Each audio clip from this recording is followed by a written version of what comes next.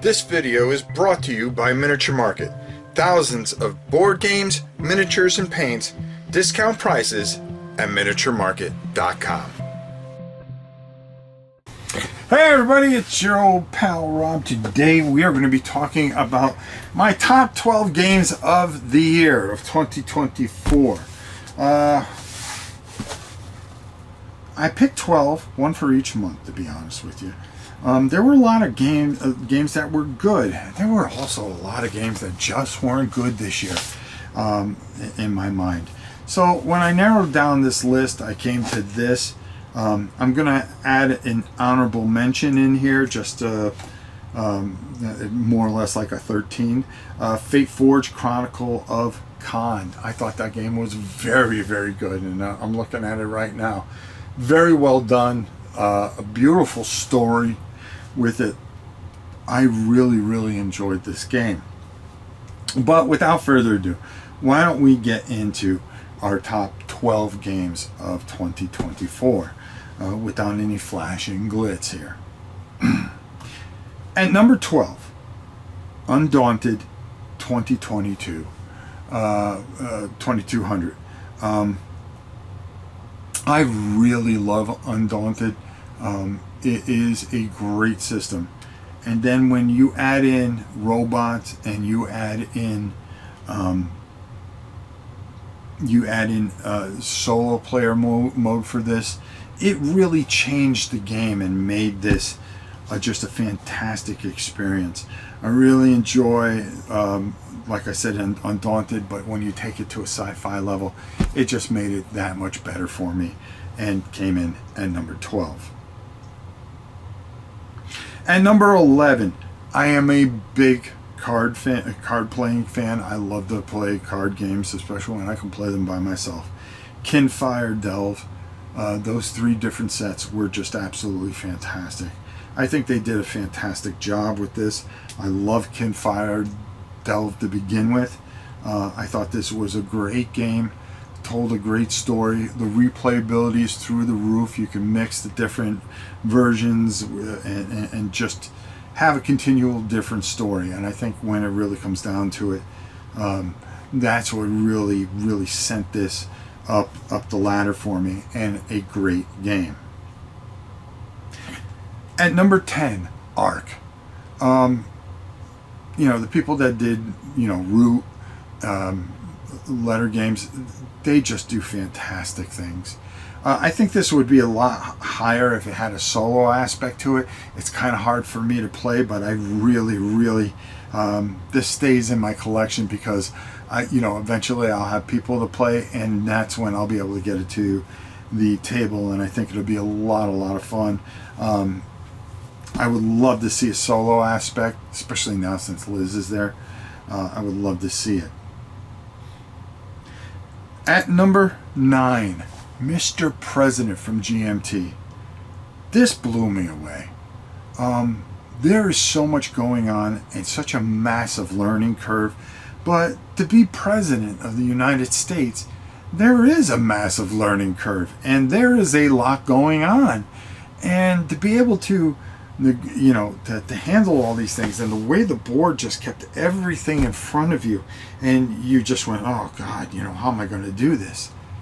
It really, really gave you a feel of being overwhelmed as the president, and all the decisions, and then some of the cards that would just make things even more difficult. Just a great game, a great offering from Gene and all the wonderful people over at GMT. At number 9, Mr. President. At number 8, a game that I absolutely adore from a great company. It sits there and it's one of those games that I just pull down all the time, and I keep it over there so I could play it. And the solo aspect of it is just great, and that's Stone Spire Architect, from a company that just does everything right. I have never played a bad game from them ever, and I don't think I ever will. And it is a company that I love. Role player, I love Just Stone Spire Architect was a real highlight for me this year, and a game that I really, really enjoy. A game that isn't hard to learn and that you can get into right away, but has the depth to just keep you coming back, and I really love that about this game. At number 7, what can you say about All or Nothing games? They just kill it all the time. But my favorite game from them this year was Creel Manor. This was just glorious. I mean, glorious. Great game, fun, hard. Trying to get down those levels was not easy. Just a game that kept me, I'm very into card games, and when I can have a game in front of me and take a character and bring them down a dungeon and try to negotiate different types of enemies and things like that, Creel Manor really does it for me, and I really enjoyed it, and that's why it's at number 7 this year on our top 12 of 2024. At number 6, a game that took me by complete surprise, and that's Zone War, which is over there because I play it quite a bit. The 2 versions of it, the 4 different factions, being able to play a miniature game solo, and not overcomplicated rules, but everything done so simply, and you go, why didn't somebody think of this before? Making a solo aspect game. It comes in this little box and you go, oh, there's not much in here. There's a lot in there, and you get a lot of game in a little box. It's affordable, it's glorious, it's fun, and very, very enjoyable miniature game. At number 6, Zone War. At number 5, our good friends from CMON, Dune, War on Arrakis. This is War of the Ring in the Dune universe, and I'm loving it. I'm loving it. It is great. It's thematic. It's fun. It's just glorious. It does all the things that you want a game to do correctly, and just a great game. Dune, War on Arrakis. Area control, all the things that you want, and the little miniatures are beautiful and represent the characters so well, and does a great job. At number 4, this is a game that caught me by surprise. I'll never forget opening up the box and being blown away by the miniatures, and that's Primal: The Awakening. A very unique monster, a boss fighting game. It is a game where you're going to be facing boss after boss after boss after boss, and your characters, as you develop them, unique fighting system, which I thought was really good. This one just really caught me. This is where I've done some videos talking about standees or miniatures. This is one, it's definitely got to have miniatures, and it is great for what it has and what it does, because it does it fantastically.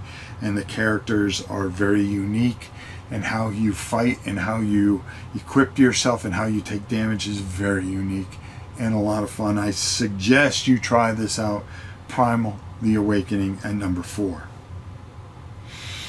At number 3,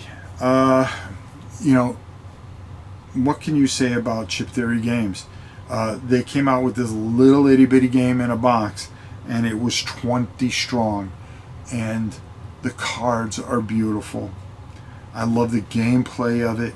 The very first, it has 3 different things you could play. 20 strong, Too Many Bones. There is a space alien game in there, and it really is unique. The cards are beautiful. It's really hard. And I really like that. But it is a card game that really took me surprise from a company that's mostly known for their, you know, building games off of chips. And this is just a great card game. And I'm a big fan of card battlers and, one versus many type of thing. 20 Strong really hits home, and I really suggest it. At number 2, I really love this company for a couple of reasons. Their scenery is ridiculous. But Maladum, Dungeon of Evon, I'm butchering it, I'm sorry. But if you've ever played Core Space and the unique setup and how everything feels like you're on a space station, well, welcome to Maladum, because this is very unique and it's very affordable. You pay what you pay is what you get. You get all the scenery with it, the miniatures, the rules, improving your characters, what you can carry onto your board.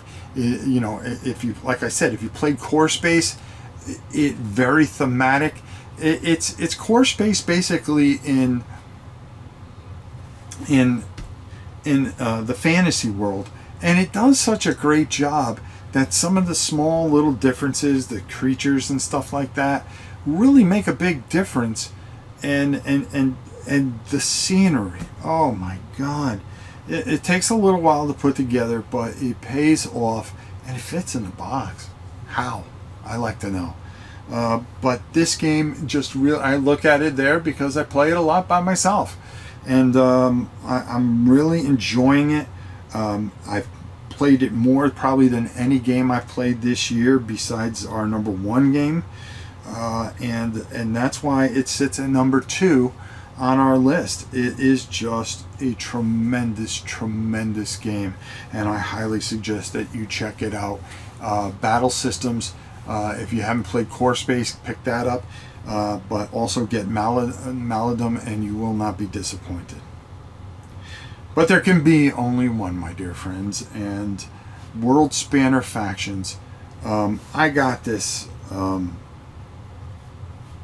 want to say in August, and the main box and the 2 expansions. This is a redo of a game that, oh God, I don't know why it's escaping me right now, the original name of the game, because Duel of Factions, or I can't believe I'm messing this up, but I'm going to leave this in anyways, because we're talking about World Spanner Factions. It is a redo, and it is glorious. The art is as good as the prior version, but the thing that really sets this thing apart, because what you're doing is you're taking your characters and you're making a team, and you are trying to accomplish these missions. You're not out there to kill the other team, even though it doesn't hurt to pick a few people off at a time if you can, but you're trying to gain favor. And the unique characters that you could put together, whether you take Billy the Kid and you put him with this futuristic space marine or something like that, and you're trying to appease this god. But what this one does differently, Duel of Ages, thank you, I finally got it, so now I don't have to edit this. But what this does is this enters in the solo aspect of it, and the solo game plays so well, and I have spent so much time with this, and I've meant to make more videos of it because I want to show off the next 2 expansions, which is expansion 2 and 3, which I will do before the end of the year here. Just everything with my son and all that kind of slowed me up, but this game is well worth the number 1 slot, and it has climbed up in my top 10 of all time, because I always loved Duel of Ages. It was a game that I learned this game from Tom many years ago, and I went out and I got it, and I would always play it. But I always left it off the list because there would just be times that I forgot about it. And a few years it just sat there. But when World Spanner Factions came out and this came to light and I started playing again, I realized how great this game was and how much I missed playing it. And then when they add the solo aspect and all the campaign aspect of it, it is something special. And if you haven't played it, I highly suggest it. It is my game of the year. World Spanner Factions. Go take a look at it. You won't be disappointed. So there you go. That's this year, folks. Hopefully next year we'll be able to do this again. We'll see what the future brings. But my top 12 games of 2024. Until next time, it's your old pal Rob. We'll see you soon.